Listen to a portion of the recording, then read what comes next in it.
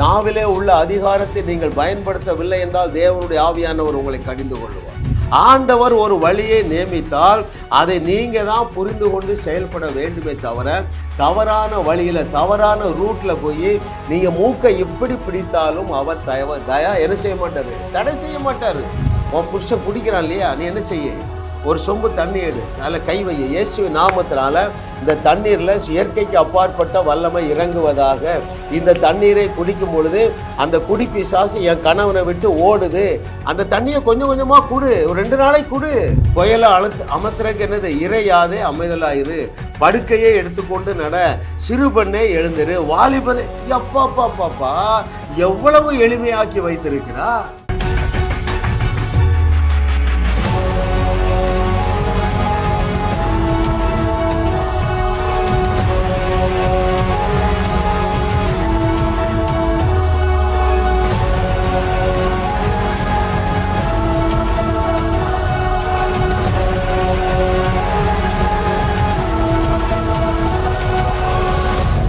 தேவ வசனத்தை பெற்றுக்கொண்டு 21வது நூற்றாண்டின் தேவர்களாக பூமியிலே வலம் வந்து கொண்டிருக்கிற எனக்கு மிகவும் பிரியமானவர்களே, நீங்கள் இப்பொழுது இருக்கிறதை காட்டிலும் 10,000 மடங்கு பெருகுவீர்களாக என்று சொல்லி நான் உங்களை ஆசீர்வதிக்கிறேன். 133வது அவருடைய அனந்த ஞானம் பெற்றுக்கொள்ள பேசினால் மட்டும் போதுமா? Very very important truth. உங்க வாழ்க்கையில ஒரு புரட்சிகரமான ஆசீர்வாதத்தை பெற்றுக்கொள்ளுவீர்கள். ஒரு நன்மையும் குறைவுபடாத ஆசீர்வாதங்களினால் நீங்கள் அலங்கரிக்க போகிறீர்கள். ஏனென்றால் இந்த சத்தியத்தை நீங்கள் அறிந்து கொள்ள போகிறீர்கள். பாருங்கள், ஜெபத்திலே தேவனிடமிருந்து பெரிய பெரிய ஆசீர்வாதங்களை, அதாவது உங்களுக்கு ஒரு சுகம் வேணும், கடன் பிரச்சனையிலிருந்து வெளியே வர வேண்டும், உங்கள் பிள்ளைகளுக்கு திருமணம் ஆக வேண்டும், திருமணமாகி குழந்தை பாக்கியத்துக்காக காத்து கொண்டிருக்கிறவர்களாக நீங்கள் இருக்கலாம். அத்தனை பிரச்சனைக்கும் வேதத்துல தீர்வு ஜெபத்திலே இல்லை. நீங்க ஜெபம் என்று எதை நம்புகிறீர்களோ அதிலே இல்லை, பேசிதான் பெற்றுக்கொண்டு இருக்கிறீர்கள். அல்லேலூயா. கர்த்தரை தெய்வமாக கொண்ட நீங்கள் பாக்கியவான்கள். ஏனென்றால் நம்முடைய தேவனுடைய வழிகள் சுலபமானவைகள். என்னுடைய வழி எப்படி இருக்கும்? லகுவானது, லேசானது, pleasant and enjoyable. God's ways are always pleasant and enjoyable. சத்தியத்தை சரியாக அறிந்தவர்கள் இயேசு கிறிஸ்துவை போல பேசி பேசி பெற்றுக்கொள்வது மாத்திரமல்ல, அவருடைய சொசைட்டிக்கே பேசி பேசி தேவாசீர்வாதங்களை இழுத்து கொண்டு கொடுத்திருக்காங்க. வேதம் முழுவதும் அதுதானே நிறந்து இருக்கிறது. யோசுவா பேசினா, ரைட், மோசே பேசினார், தாவீது பேசினாரு, எலியா, எலிசா, ரைட், பீட்டர், பால். எந்த ஒரு தேவைக்காகவும் அவர்கள் தேவனிடத்திலே ஜெபிக்கவில்லை. அவர்கள் யாவரும் இயேசு கிறிஸ்து உன்னை பார்த்து சொன்னாரே, மார்க் 11:23, எவனாகிலும் சரி, ரட்சிக்கப்பட்ட எவனாகிலும் எவளாகிலும் நீ எந்த பிரச்சனைக்கு முன்பதாக ஜெபிக்க வேண்டிய அவசியம் இல்லை. இயேசு என்ன சொன்னாரு? எவனாயிலும் இந்த மலையை பார்த்து நீ பெயர்ந்து சமுத்திரத்திலே தள்ளுண்டு போய் என்று சொல்லி தான் சொன்னபடியே நடக்கும் என்று தன்னுடைய இருதயத்திலே சந்தேகப்படாமல் விசுவாசித்தால் அவன் சொன்னபடியே ஆகும் என்று தான் சொன்னாரே தவிர அவன் ஜெபித்தபடியே ஆகும் என்று சொல்லவில்லை. ஜெபிக்க வேண்டுமா? கண்டிப்பாக ஜெபிக்க வேண்டும். ஆனால் ஜெபம் என்றால் என்னவென்று நீங்கள் தெரிந்து கொண்டு ஜெபிக்க வேண்டும். நீங்க நினைக்கிறீங்களா முழங்கால் போட்டு அழுதாதான் ஜெபம்? இல்லை. உபவாசித்தால் தான் ஜெபம்? இல்லை. தொடர்ந்து செய்திக்குள்ளாக நாம் செல்லுவோம். எனக்கு மிகவும் பிரியமான தேவர்களே, யாராலே இவர்களை போல பேசி பெற்றுக்கொள்ள முடியும் தெரியுமா? விசுவாசித்து பேசுவதிலே உள்ள இயற்கைக்கு அப்பாற்பட்ட அந்த சக்தியை குறித்து அறிந்தவர்கள் மாத்திரம்தான் பேசுவாங்க. அது திரும்ப சொல்லட்டுமா? எலிசா பேசுனா, ரைட், பஞ்சம் நீங்கிற்று. எலியா பேசினா, மழை வந்தது, அக்கினி வந்தது, ரைட். வேற யாரு பேசினாங்க? தாவீது பேசினா, ராட்சதர் தலையை தூக்கிட்டான். இயேசு கிறிஸ்து பேசினாரு, செத்தவங்க உயிரோட வந்தாங்க. பேதுரு பேசினா செத்தவங்க உயிரோட வந்தாங்க.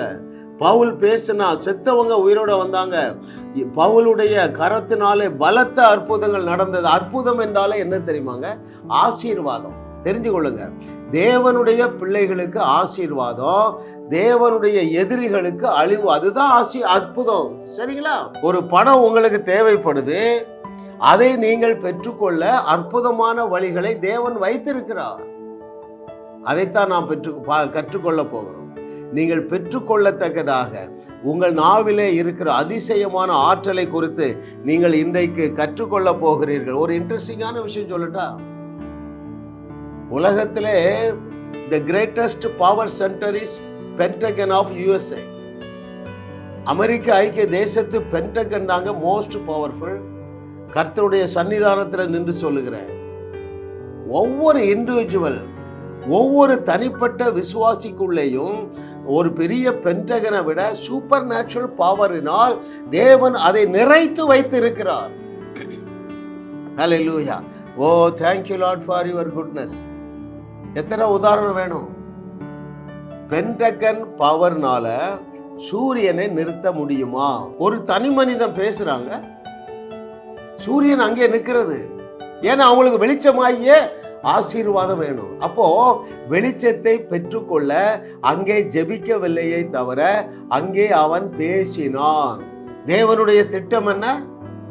என்றைக்கு அந்த எகிப்து தேசத்திலிருந்து இஸ்ரவேலர்கள் புறப்பட்டார்களோ அந்த நாளில், அந்த க்ஷணப்பொழுதிலே தம்முடைய ஜனங்கள் பூரணமாக விடுதலையாக வேண்டும். அவருடைய இருதயத்தில் இருக்கிற பயமும் நீங்க வேண்டும். அடிச்சாம் பாருங்க திக்குவாயன், இன்று கண்ட எகிப்தியனை இனி நீங்கள் என்றுமே காண போவதில்லை. எப்படிங்க திக்குவாயனால பேச முடிஞ்சது?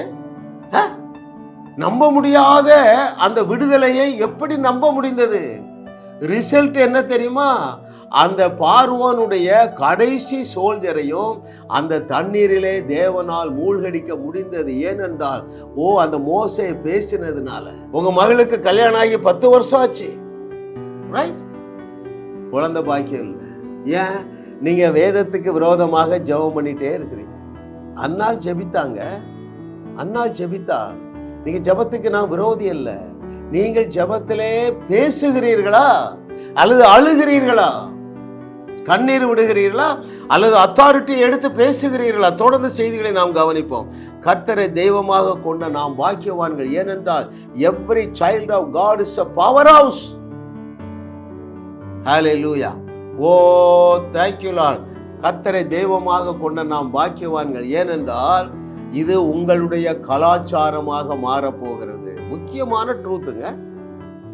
ஏசாயா தீர்க்கதரிசி மண்டையில கொட்டல, மூஞ்சில குத்தி சொல்றான், டேய் பேசி தொலைங்களடா. வாசிக்கவாத? அந்த நாட்கள்ல நம்ம பல முறை அது வாசித்திருக்கோம் பாருங்க. ஏசாயா 42:22 அது என்ன சொல்லுகிறது? இந்த ஜனமோ கொள்ளையிடப்பட்டும் சூறையாடப்பட்டும் இருக்கிறார்கள். ஏன்? பேசுறதுக்கு ஆள் இல்ல. இவர்கள் எல்லாரும் சூறையாவார்கள். ஏன்? அப்பாலே போ சாத்தாரேன்னு பேச மாட்டா. இவர்கள் யாவரும் கடன் பிரச்சனையில மூழ்கி கிடப்பார்கள். ஏன்? விட்டு விடுன்னு சொல்ல மாட்டா. ஏசாயா 42:22 ஒழுங்கா படிங்க.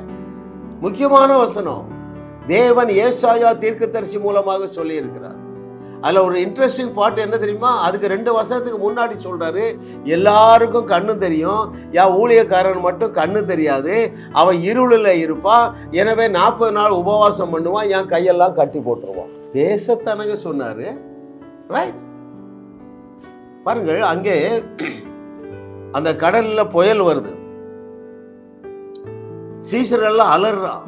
இயேசு கிறிஸ்து நல்ல தலையணை வச்சுட்டு தூங்குறாரு, எல்லாம் பதஷ்டப்படுறான். ஏன் இயேசு கிறிஸ்து அந்த சீஷர்களை பார்த்து அவர்களை கண்டித்தார்? என்ன சொல்லல? பேதுரு, என்னப்பா ஏன் லேட்டா என்ன எழுப்புனா? உடனே எழுப்பியிருக்கலாமா? அப்படி சொல்லவில்லை, கடிந்து கொண்டார். என்ன சொன்னார் தெரியுமா? எப்பா, என்னுடைய நாவலே பவர் இருக்கிறது போல உன்னுடைய நாவல பவர் இருக்க. பேதுரு, இதை நீ என்னைக்கு புரிஞ்சிட போறா? அத்திமரத்தை பட்டு போக பண்ணி அதை நீ பார்த்தல்ல, இந்த புயலை அடக்குவதற்கு உன்னுடைய நாவிலே வல்லமை இல்லையா? நீ எப்பொழுது அதை பயன்படுத்த போறா? கடிந்து கொண்டாருங்க. நாவிலே உள்ள அதிகாரத்தை நீங்கள் பயன்படுத்தவில்லை என்றால் தேவனுடைய ஆவியானவர் உங்களை கடிந்து கொள்ளுவார். ஒரு முறை ஒரு சர்ச்சில் பேசுற ஒரு 200 பேர் வந்திருப்பாங்க. 20 பேர் ஹீலிங்காக வந்தாங்க.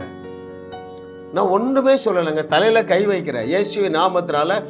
ஏன்னா விசாரிக்கிறதுக்கு நேரம் இல்லை, என்ன வியாதினே கேட்கல.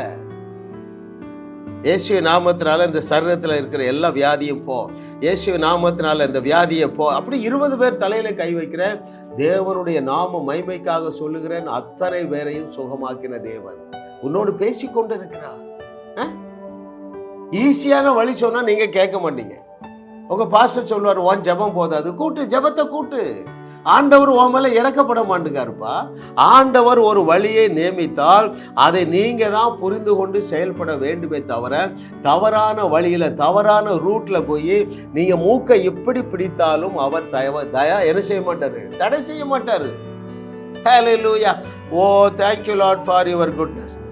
பாருங்க, இந்த பீட்டரு தூள் கிளப்புறான். தபித்தாளை எழுந்துரு கல்ச்சருக்குள்ள வந்துட்டான். ஹீலிங் பேசுற கல்ச்சருக்குள்ள வந்துட்டான். சப்பானி 40 வருஷம் சப்பானி. இவன் ஜெப ஆலயத்துல போய் ஜெபம் பண்ண போறான். இந்த காலத்துல யாருமே கிட்டவே போக மாட்டீங்க. ஓகே, போயிட்டான் இவன் கிட்ட. இவன் சொல்றான், எப்பா எனக்கு நடக்கவே முடியாது, எனக்கு கொஞ்சம் காசு கொடுங்கிறான். பேதுருவும் யோவானும் என்ன சொல்லல, நீ கொஞ்சம் வெயிட் பண்ணுப்பா, நாங்கள் ஜபாலயத்துக்குள்ள போறோம், ஒரு மணி நேரம் ஜெபம் பண்ணிட்டு பவர்ஃபுல்லா வந்து உன்னை எழுப்பி விடுறோம். அப்படியே சொன்னாங்க. பேசு மகனே பேசு. பேசத்தானே சொல்றாரு. கர்த்தரை தெய்வமாக கொண்ட நாம் யாவரும் பாக்கியவான்கள், ஏனென்றால் நம்முடைய நாவில பெண்டகன் வல்லமையை விட மிகப்பெரிய வல்லமை நம்முடைய நாவில இருக்கிறது. ஹல்லேலூயா. ஓ thank you Lord for your goodness. What a loving daddy இல்ல? பாருங்கள், எப்போ அந்த வார்த்தையை சொல்றார் தெரியுமா?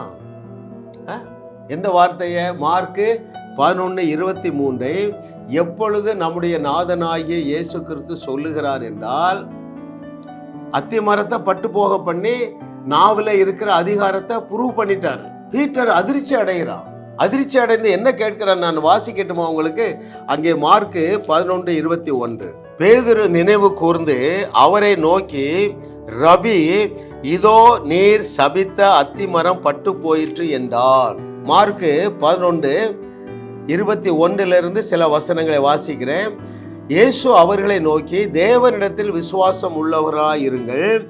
எவனாயிலும் இந்த மலையை பார்த்து நீ பெயர்ந்து சமுத்திரத்திலே தள்ளுண்டு போ என்று சொல்லி தான் சொன்னபடியே நடக்கும் என்று தன் இருதயத்திலே சந்தேகப்படாமல் விசுவாசித்தால் அவன் சொன்னபடியே ஆகும் என்று மெய்யாகவே வேற சொல்றாரு. இதை சத்தியமா சொல்றடா, நீ சொல்லிட்டா பிரச்சனை தீர்ந்துருங்கிறார். கிருபை கிருபை கிருபங்க. ஒவ்வொரு மாதமும் 100க்கும் அதிகமான நபர்கள் சுகமடைகிறார்கள். நான் ஒருவருடைய சுகத்திற்காக ஜெபிப்பதில்லை. நான் என்னுடைய கம்ப்ளீட் மாடலாகிய இயேசு கிறிஸ்துவை பின்பற்றுகிறேன். ரைட்? அப்புறம் என்ன நடக்குது? வேலை இல்லாதவர்களுக்கு வேலைக்காக ஜெபிக்க சொல்லுவாங்க. நான் ஜெபிக்க மாட்டேன், இத்தனை நாள்ல வேலை கிடைக்குது பேசுறேன். சொன்னபடியே ஆகும் என்றே சொன்னார் ஐயா. நம் தேவன் என்ன சொன்னாரு? நீ சொன்னபடியே ஆகும் என்று சொன்னீர் ஐயா, உன் வார்த்தைக்கு கீழ்ப்படிந்து சொல்லுவேன் ஐயா, சுகமாகு என்று சொல்லி சொல்லுவேன் ஐயா, நன்றி என்று சொல்லுகிறோம் நாதா, தந்த வல்லமைக்காய் துதிக்கிறோம் நாதா ஐயா. உங்களுடைய நாவில் இருக்கிற அதிகாரத்தை மாத்திரம் நீங்க புரிஞ்சுக்கிட்டீங்கன்னா அதுதான் ஜெபம் என்பதை ஏற்றுக்கொள்ளுவீர்கள். வேதத்துலங்க 100 இடத்துல பிரச்சனைகளை தீர்த்திருக்காங்க. யோசுவா பிரச்சனை தீர்த்து வச்சான். இருள் வேண்டாம், வெளிச்சம் வேணும். தேவனிடத்துல ஜெபித்து சூரியனை நிறுத்தினானா, அல்லது இவனே டைரக்டா பேசினானா? எலிசா சமாரியாவில் பஞ்சம், இஸ்ரவேல் ஜனங்கள் எல்லாரும் 3 நாள் உபவாசம் பண்ணுங்கள் சொல்லானா, ஜெபம் பண்ண சொன்னானா, அல்லது இவன் பேசினானா? நாளைக்கு இந்த நேரம் இந்த பஞ்சம் இருக்காது என்று பேசினானா, அல்லது அவன் ஜெபம் பண்ணானா? ஆண்டவரே நாளைக்கு இந்த பஞ்சம் இருக்கக்கூடாது ஆண்டவரே, எப்படியாவது இறங்கும் என்று ஜெபித்திருந்தால் 5 பைசா கிடைச்சிருக்காது. விசுவாசம் உள்ளவர்கள் இயேசு கிறிஸ்துவை போலதான் பேசுவார்களுங்க. உங்களுக்கு ஒரு டவுட் இருக்கும், அங்கிள் நீங்க பேசுறா நடக்கும், நாங்க பேசுனா நடக்குமா? அருமையான தேவர்களே, நீங்கள் மறுபடி பிறந்த நாளிலே உங்கள் நாவல இயற்கைக்கு அப்பாற்பட்ட வல்லமை வந்துச்சுப்பா. ஒரு நாள் கூட நீங்க காத்திருக்க வேண்டிய அவசியம் இல்லை. நான் முன்னால சில இளைஞர்களை அழைத்து கொண்டு கீழ்பாக்கு மெடிக்கல் காலேஜில் ஹீலிங் ட்ரெயினுக்காக போவேன். வந்த உடனே இவங்க ஆண்டவரே இவர்களை சுகமாக்குமாங்க. தம்பி, இந்த ஜபத்திற்கு பதில் கிடைக்காது. இது இயேசு கிறிஸ்து சொன்ன மார்க் 11:23 விரோதமானது. அது அப்படி வேலை செய்யாது. அப்ப என்ன சொல்லணும் அங்கிள்? இயேசுவின் நாமத்தினால கழுத்து வலிய போ என்று பேசுன்னு. ஆண்டவரே இந்த கழுத்து வலி எப்படியா, இது நடக்காதுங்க. இது வேதத்திற்கு புறம்பானது. ஏன் நீங்கள் இன்னும் வியாதியோடு வாழுகிறீர்கள் தெரியுமா? நீங்கள் வேதத்திற்கு புரோதமான பிரின்சிபலை ஃபாலோ பண்றீங்க. அது அப்படி வேலை செய்யாது. ஏனென்றால் இந்த சட்டத்தை கொடுத்தவர் நம்முடைய நாதனாகிய கர்த்தர். எந்த சட்டத்தை கொடுத்தாரு? பேசினால் பிரச்சனை தீரும் என்கிற சட்டத்தை கொடுத்தவர் உங்களையும் என்னையும் ரட்சித்த தேவாதி தேவன் அல்லவா? அவர் எப்படி மார்க் 11:23 மீற முடியும்? ஒரு உதாரணம் சொல்லுறேன் கேளுங்களேன். ஒரு 10வது மாடியில இருந்து ஒருவர் தற்கொலை செய்வதற்காக குதிக்கிறார். இந்த புவி ஈர்ப்பு என்ன செய்யுது? மேலே இருந்து அவரை கீழே இழுக்குது. புவி ஈர்ப்பு சக்தி தேவனால் டிசைன் பண்ணப்பட்டு வச்சிருக்குது மனுக்குலத்தினுடைய நன்மைக்காக. இப்போ தேவன் மனசு மாறி ஐயோ இவர் செத்து போக போறாரு என்று சொல்லி புவியீர்ப்பு சக்தியை சில நிமிடங்கள் நிறுத்தினால் கோடிக்கணக்கான நபர்கள் செத்து போயிடுவாங்க. ரைட்டா இல்லையா? ஐயா அதை அவரால் மாற்ற முடியாது. ஏன்? அவர் நியமித்ததை அவர் மாற்ற மாட்டார். வாசிக்கட்டுமா அந்த வசனத்தை? சங்கீதம் 89:34. The book of Psalm chapter 89 verse 34, very very important. பாருங்கள், என் உடன்படிக்கையை மீறாமலும் என் உதடுகள் விளம்பினதை மாற்றாமலும் இருப்பேன். அவர் உதடு என்ன விளம்பிட்டு? மலை போல இருக்கிற பிரச்சனையை பார்த்து பேசுனா சமுத்திரத்துல போயிரும். இது மாறாதுங்க. அவரும் மாற்ற மாட்டாரு, உன்னாலே மாற்ற முடியாது. Hallelujah. Oh, thank you Lord for your goodness. மின்சாரம்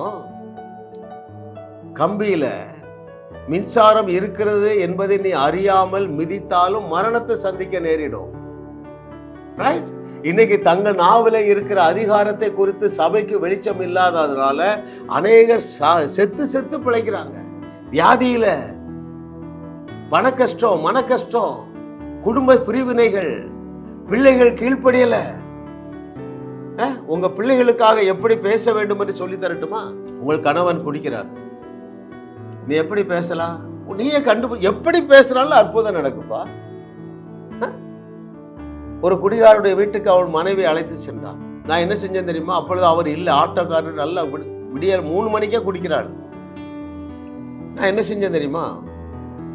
அவருடைய கர்ச்சிஃபை வாங்கினேன். மனைவிட்டையுமா அவள் கர்ச்சிஃப் இருந்தா கொடுத்த கையில வச்சுட்டு சும்மா பேசுனேன். இயேசு கிறிஸ்துடைய வஸ்திரத்தில் இருந்த வல்லமை இந்த கர்ச்சிஃபில் டவுன்லோட் ஆகுவதாக என்று சொல்லிட்டு, ஏம்மா இந்த கர்ச்சிஃபை தலையணை உரைக்குள்ள வச்சிரு, அவன் இன்றிலிருந்து குடிக்க மாட்டான் என்று சொன்னேன். என்ன சொல்லலன்னு சொல்லட்டுமா? இயேசுவின் நாமத்தினால இவர் இனிமே குடிக்க மாட்டார் அப்படி கூட நான் சொல்லலைங்க. எலிசாட்டு நான் நிறைய பாடம் கற்பிச்சிட்டேன்.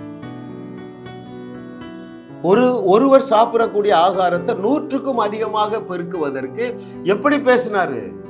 ஸ்விக்கி பாய், எனக்கு தெரியும் நீ எனக்கு மட்டும்தான் ஆகாரம் கொண்டு வந்திருக்கிறாய், இது எல்லாருக்கும் பங்கு வை, இவர்கள் எல்லாரும் சாப்பிட்டு மீதியான துணிக்கையும் இருக்கும் என்று கர்த்தர் சொல்லுகிறார் என்று சொல்றார். எப்படி சொல்லல? இயேசுவின் நாமத்தினால இந்த ஆகாரம் பெருகுவதாக. ஐயா அப்படி கூட சொல்லலையே. அதுல இருந்து நம்ம பாடம் கற்றுக்கொள்ள வேண்டாமா?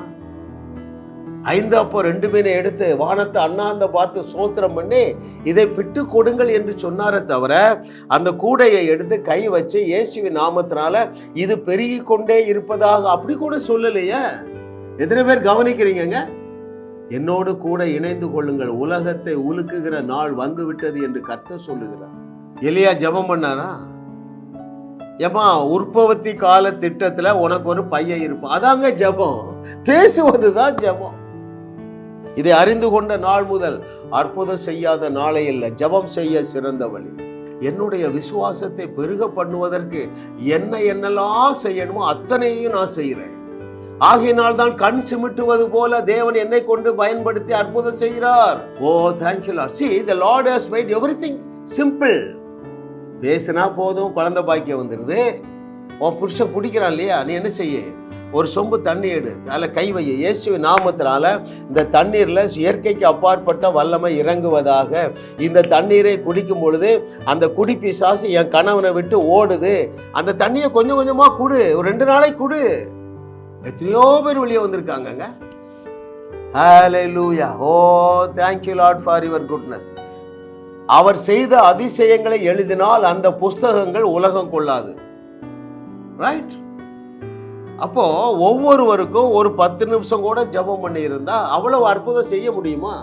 எத்தனை பேர் கவனிக்கிறீங்க?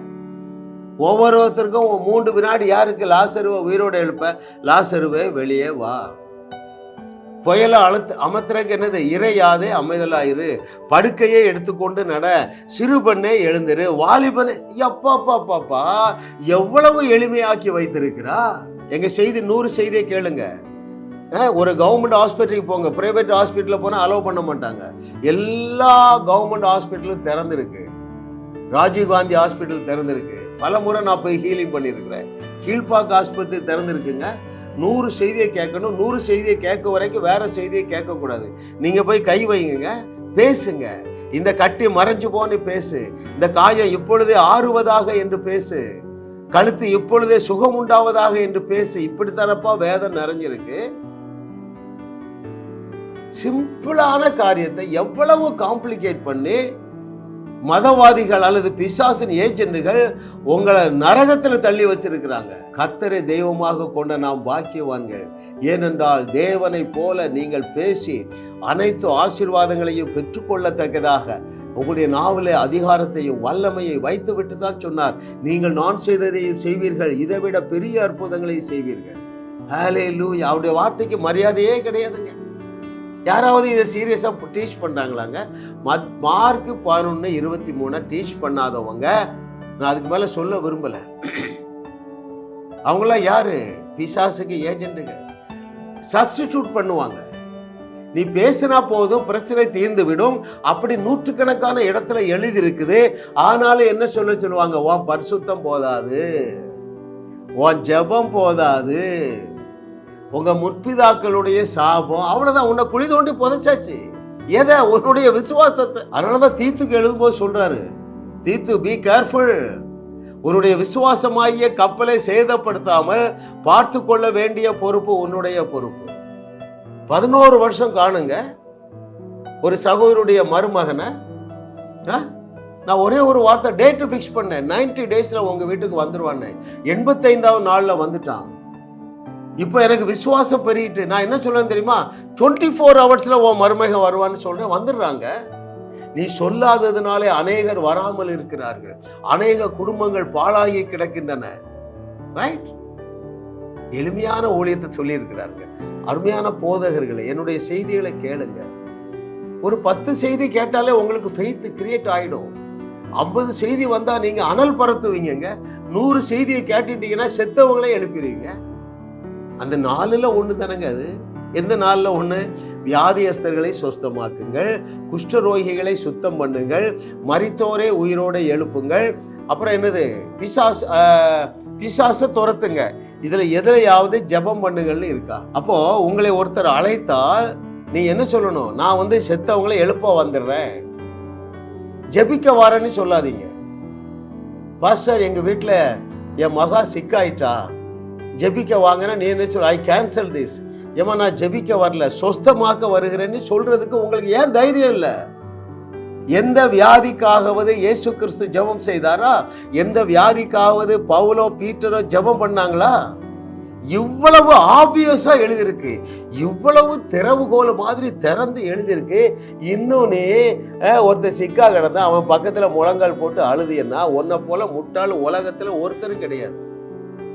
எந்த வியாதிக்காகவும் சீஷர்களோ இயேசு கிறிஸ்துவோ முழங்கால் போட்டு ஜெபிக்கவே இல்லையே. நீ என்ன துணிச்சல்ல முழங்கால் போட்டு கிடக்குறான்னு எனக்கு புரியலப்பா. பிசாசுக்கு நீ கீழ்ப்படுகிறா. பிசாசு அப்படித்தான் சொல்லுவான், சப்ஸ்டிடியூட் பண்ணுவான்.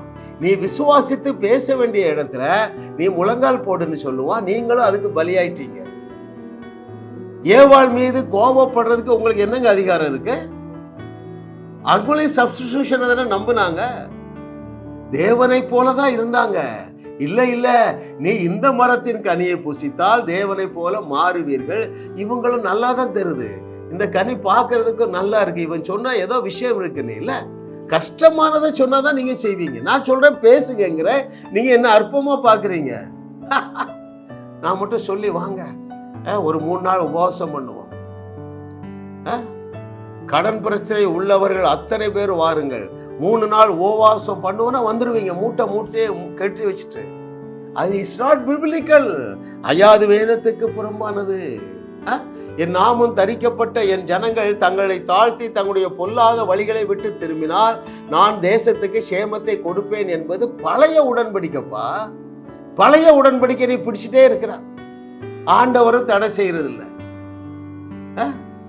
நான் ஒரு 15 வருஷமா பாக்குறேங்க, தேசத்துக்கு அழுது ஜெபம் பண்றாங்க. யாரு வர ஆட்சிக்கு பாத்தீங்களா? அழுது ஜெபித்தால் 5 பைசா கிடைக்காது.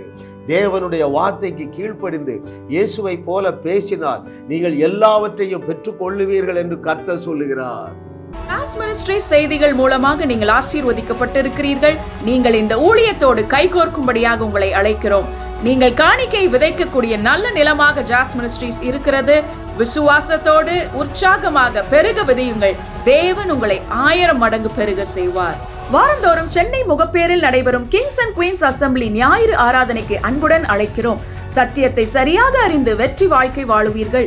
சென்னையில் உள்ள உங்கள் நண்பர்கள் உறவினர்களையும் 3 மாதங்கள் தொடர்ந்து வரும்படியாக உற்சாகப்படுத்துங்கள். முற்றிலும் ஜெயமான வாழ்க்கை வாழுவார்கள். உங்களையும் வாழ வைத்து உங்கள் மூலம் உலகத்தையும் வாழ வைக்கவே தேவன் எங்களை கிருபையாக அழைத்துள்ளார். விடுதலை பெறவும் சுகத்தை அனுபவிக்கவும் தொலைபேசியில் எங்களோடு தொடர்பு கொள்ளுங்கள். ஜாஸ் மினிஸ்ட்ரிஸ் யூடியூப் சேனலில் தொடர்ந்து செய்திகளை கேளுங்கள். சப்ஸ்கிரைப் செய்யுங்கள். வீடியோக்களை லைக் செய்து பலரோடு பகிர்ந்து கொள்ளுங்கள். அவர்களும் ஆசீர்வதிக்கப்படட்டும்.